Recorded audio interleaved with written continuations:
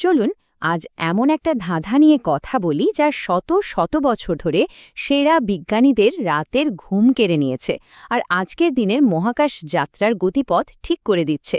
এই ধাঁধার নাম থ্রি বডি প্রবলেম বা তিন বস্তুর সমস্যা। ব্যাপারটা শুরুই হয় একটা অদ্ভুত বৈপরীত্য দিয়ে। ভাবুন তো, যখন মহাকাশে শুধু দুটো বস্তু থাকে, যেমন আমাদের সূর্য আর পৃথিবী, তখন তাদের গতিপথ একদম ঘড়ির কাঁটার মতো নিখুঁতভাবে বলে দেওয়া যায়। কিন্তু যেই না এই সিস্টেমে তৃতীয় আরেকটা বস্তু, ধরুন চাঁদ, এসে হাজির হয়, অমনি পুরো হিসেবটা ওলটপালট হয়ে যায়। ওই নিখুঁত ছন্দটা তখন একটা গাণিতিক বিশৃঙ্খলায় পরিণত হয়।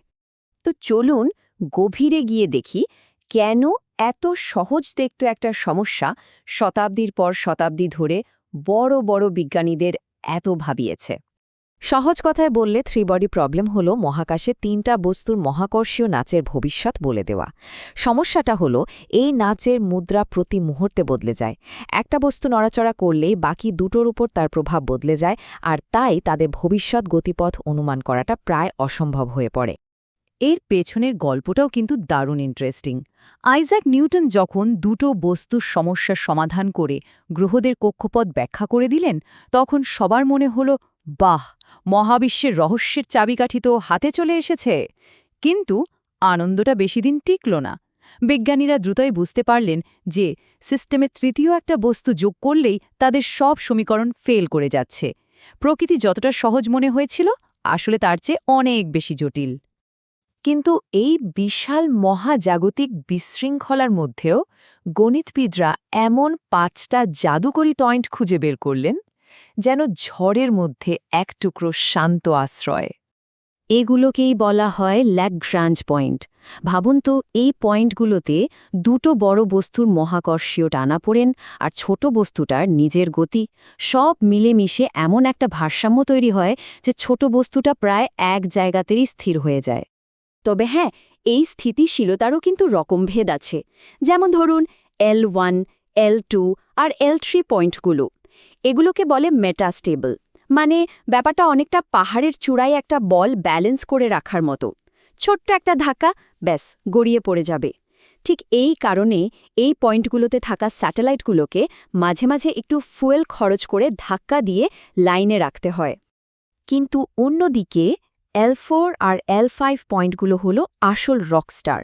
এগুলো প্রাকৃতিকভাবেই স্টেবল, ঠিক যেন একটা বাটির মধ্যে রাখা বলের মতো। আপনি একে যতই ধাক্কা দিন না কেন, ওটা দুলতে দুলতে আবার ঠিক মাঝখানে ফিরে আসবে। কোনো এক্সট্রা ঝামেলার দরকারই নেই। তো এত সব তথ্য তো হলো, চলুন এবার দেখি বাস্তবে এই পয়েন্টগুলো আমাদের কি কাজে লাগছে। আর বিশ্বাস করুন, এর ব্যবহারগুলো কিন্তু অসাধারণ। দেখুন, এই পয়েন্টগুলো কিন্তু এখন মহাকাশ গবেষণার জন্য হটস্পট। যেমন আমাদের ভারতের আদিত্য L1, ওটাকে পাঠানো হয়েছে L1 পয়েন্টে। কেন? কারণ ওখান থেকে সূর্যকে 24 ঘন্টা কোনো গ্রহণ ছাড়াই নজরদারি করা যায়। আবার দেখুন জেমস ওয়েব টেলিস্কোপকে, ওটা আছে L2 পয়েন্টে, কারণ মহাবিশ্বের একেবারে শুরুটা দেখার জন্য ওর দরকার একটা কনকনে ঠান্ডা আর নিকষ কালো অন্ধকার জায়গা। আর লুসি মিশন, ওটা তো যাচ্ছে সোজা L4 আর L5 পয়েন্টের দিকে, বৃহস্পতির রহস্যময় ট্রোজান গ্রহাণুগুলোর খোঁজ নিতে। আচ্ছা, একটা প্রশ্ন কিন্তু আসতেই পারে, তাই না? যদি L4 আর L5 এতই ভালো আর স্টেবল, তাহলে আমরা কেন L1 আর L2 এর মতো এই নড়বড়ে পয়েন্টগুলো ব্যবহার করছি? উত্তরটা হলো সোজা সাপটা বাস্তবতা। এই পয়েন্টগুলো পৃথিবীর অনেক কাছে, ফলে ডেটা পাঠাতে সময় লাগে মাত্র কয়েক সেকেন্ড, আর স্যাটেলাইট পাঠাতেও ফিউয়েল খরচ হয় অনেক কম। তাহলে ওই স্টেবল L4 আর L5 পয়েন্টগুলোর ভবিষ্যৎ কি? ওগুলোর জন্য কিন্তু বিজ্ঞানীরা বিশাল সব প্ল্যান করে রেখেছেন। ভাবা হচ্ছে এই জায়গাগুলো হবে মহাকাশে আমাদের ভবিষ্যতের সার্ভিস স্টেশন বা হাইওয়ে রেস্ট এরিয়ার মতো। বড় বড় স্পেস স্টেশন, মঙ্গল বা আরও দূরের কোনো অভিযানের জন্য বেস ক্যাম্প, এমনকি গ্রহাণু থেকে খনিজ সম্পদ আহরণের প্ল্যাটফর্ম, সব কিছুই হতে পারে এখানে। তো আমরা আবার ফিরে আসি মূল সমস্যায়।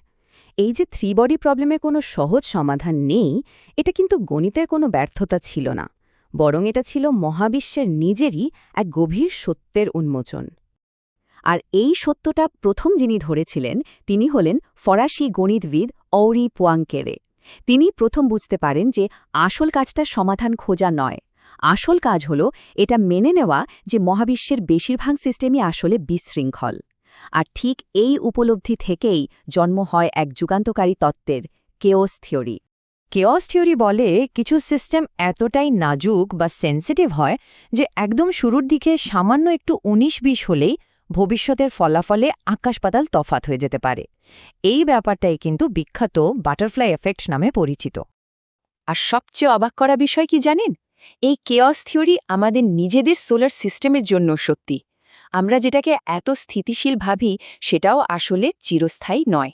এটা একটা বিশাল বিশৃঙ্খল সিস্টেমের মধ্যে ছোট্ট একটা শান্ত পর্যায় মাত্র।